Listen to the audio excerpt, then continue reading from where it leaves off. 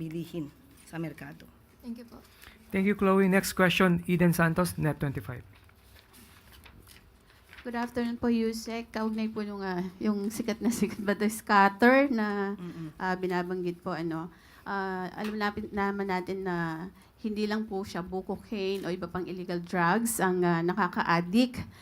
Sabi po marami nating mga kababayan yung nalululong na rin dito sa tinatawag na scatter dahil madali lang pong ma-access online. Marami yung nababaon sa utang at nasisira yung buhay at maging yung kanilang pamilya dahil po sa online sugal. May mga viral post na po sa SOCMED kaugnay nito. May mga endorser din po ng mga kilalang mga personalidad. May mga billboards pa nga po na nakakalat sa EDSA. Ito po ba ay yung negatibong epekto ng online na sugal ay nakarating na sa Pangulong Marcos at ano po yung maaaring gawin ng ating gobyerno tungkol dito para po maiwasan yung mas malala pang negatibong epekto nito? Opo, nakakalungkot po dahil marami sa mga kababayan natin ang nagugumon sa sugal. Kung gagamitin lamang nila ang kanilang utak, ang kanilang pagdiskarte, hindi na sana sila po problemahin ng gobyerno. But dahil hindi nila makontrol ang sarili nila sa pagkagumon sa sugal, ay kailangan pa silang intindihin. But anyway, ang pamahalaan naman ay para sa kababayan natin. Nakausap po natin si Attorney Jeremy Luglug, ang AVP ng Electronic Gaming Licensing Department. Particular dito sa larong scatter. Ayon po sa kanya, ang scatter po ay isang game na ino-offer ng mga licensed gaming website.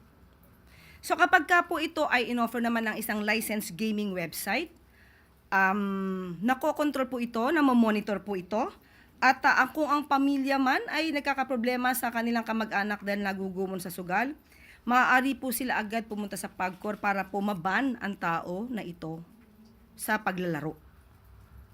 Ang problema po ngayon ng gobyerno ay marami pong illegal na gaming website. At meron na po silang 7,000 website na naipasara.